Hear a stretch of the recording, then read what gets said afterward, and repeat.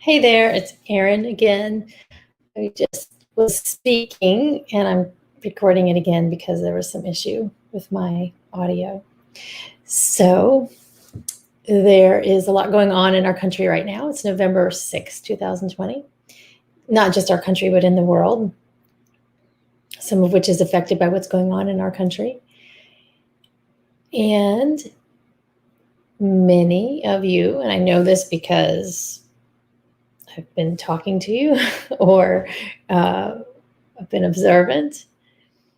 Many of you feel this. Many of you feel the uncertainty right now. It doesn't feel so great. And what I realize is that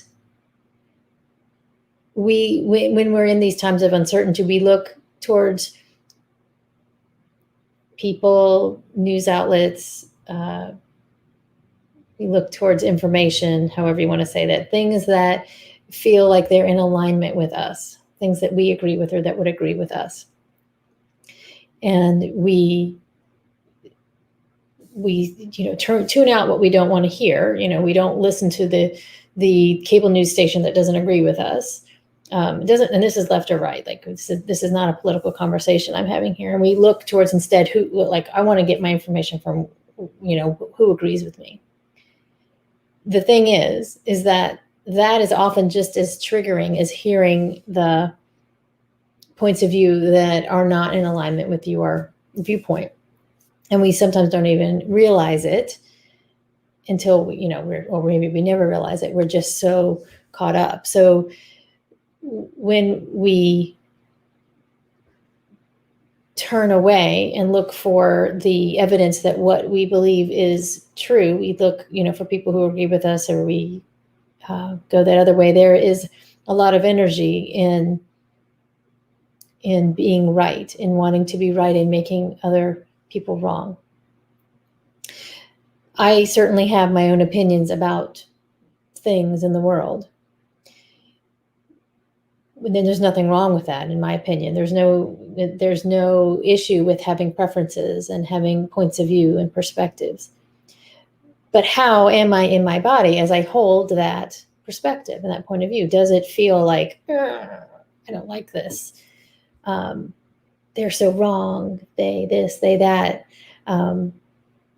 Like, don't they see, there's a difference between holding a perspective with that going on and having the perspective and holding it in a place of, I have this point of view.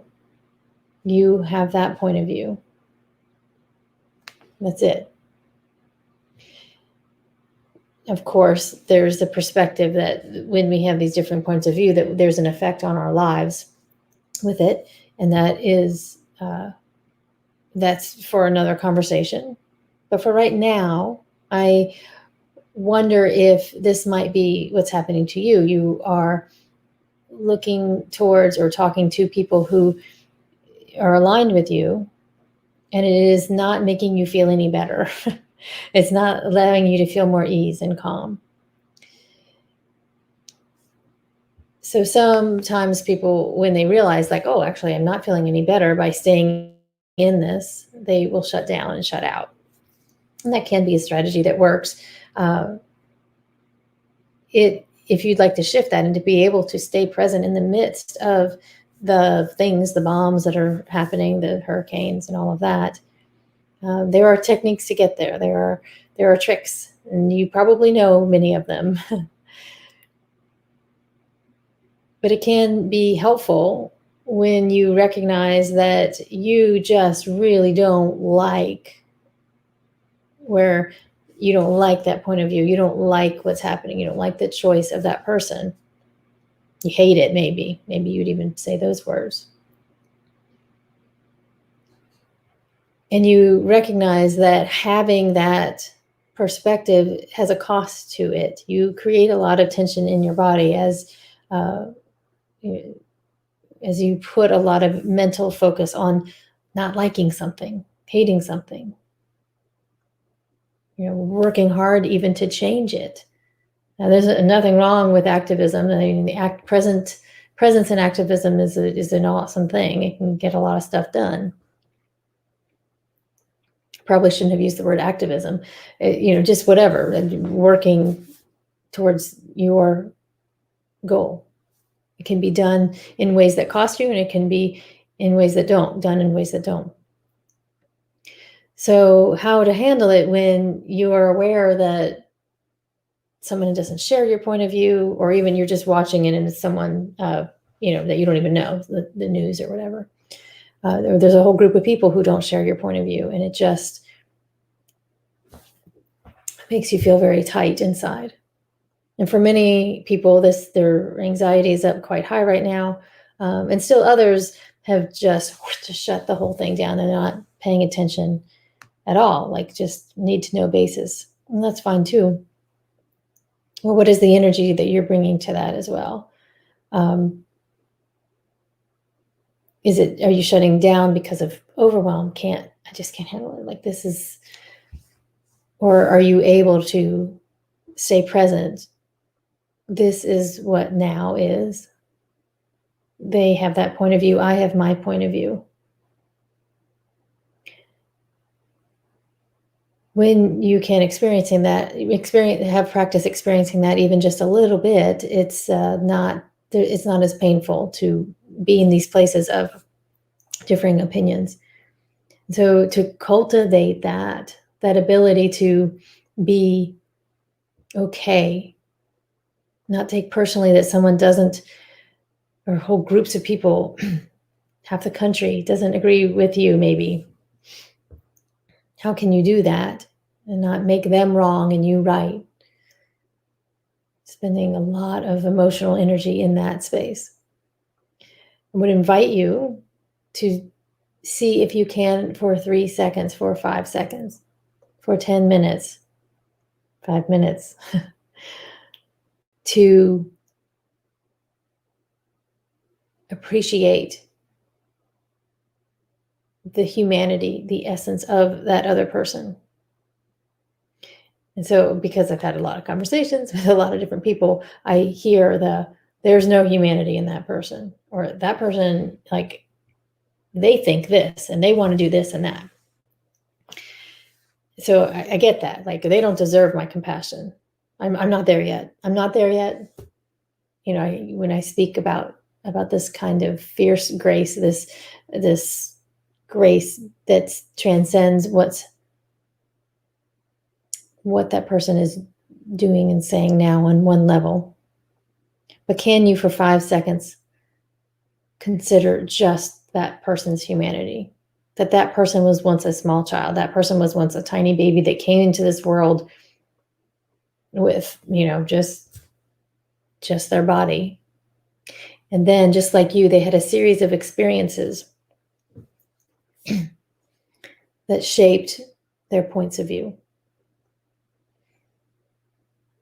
Just for 5 seconds, consider this is another human being like me. The small practice of doing that, and we can do it as soon as we feel triggered. And the triggering, I'm telling you, it will happen when you are speaking with and spending a lot of time with people who vehemently agree with you, who feel on the same side of you as you.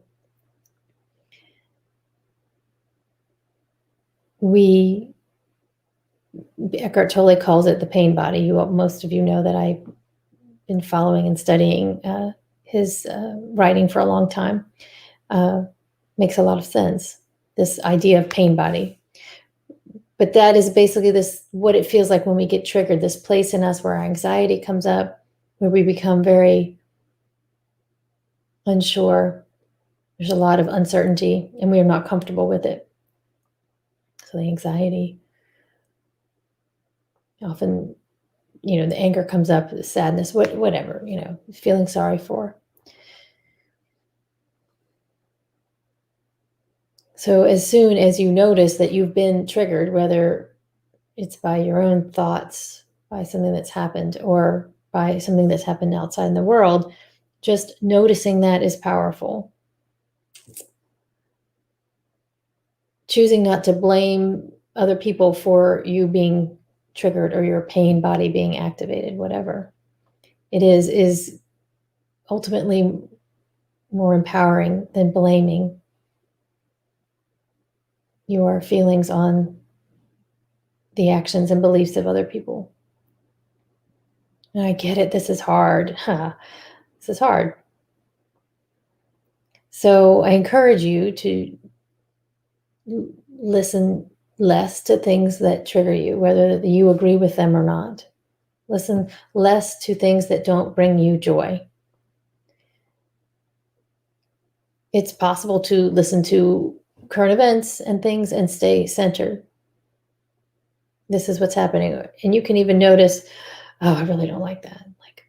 Like your judgment comes up about something that you hear in current events, even when reported from something in a neutral way.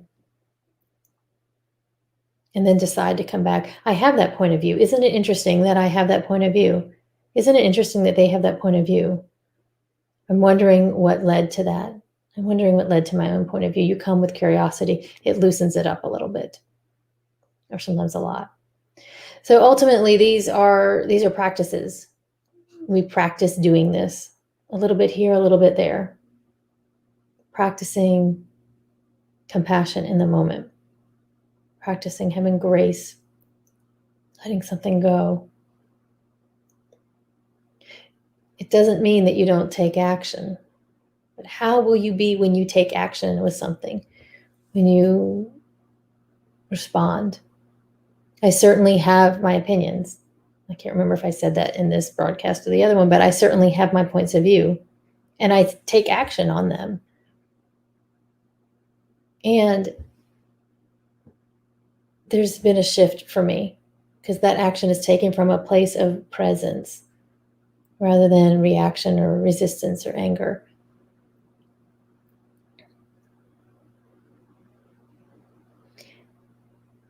Cultivating trust too. That's also not so easy to do right now, but it could be beneficial for how you are doing. So thank you for listening. I hope that the sound worked better this time. You can leave me a note if it didn't, and I'll try again. All right. Have a good weekend. Ciao.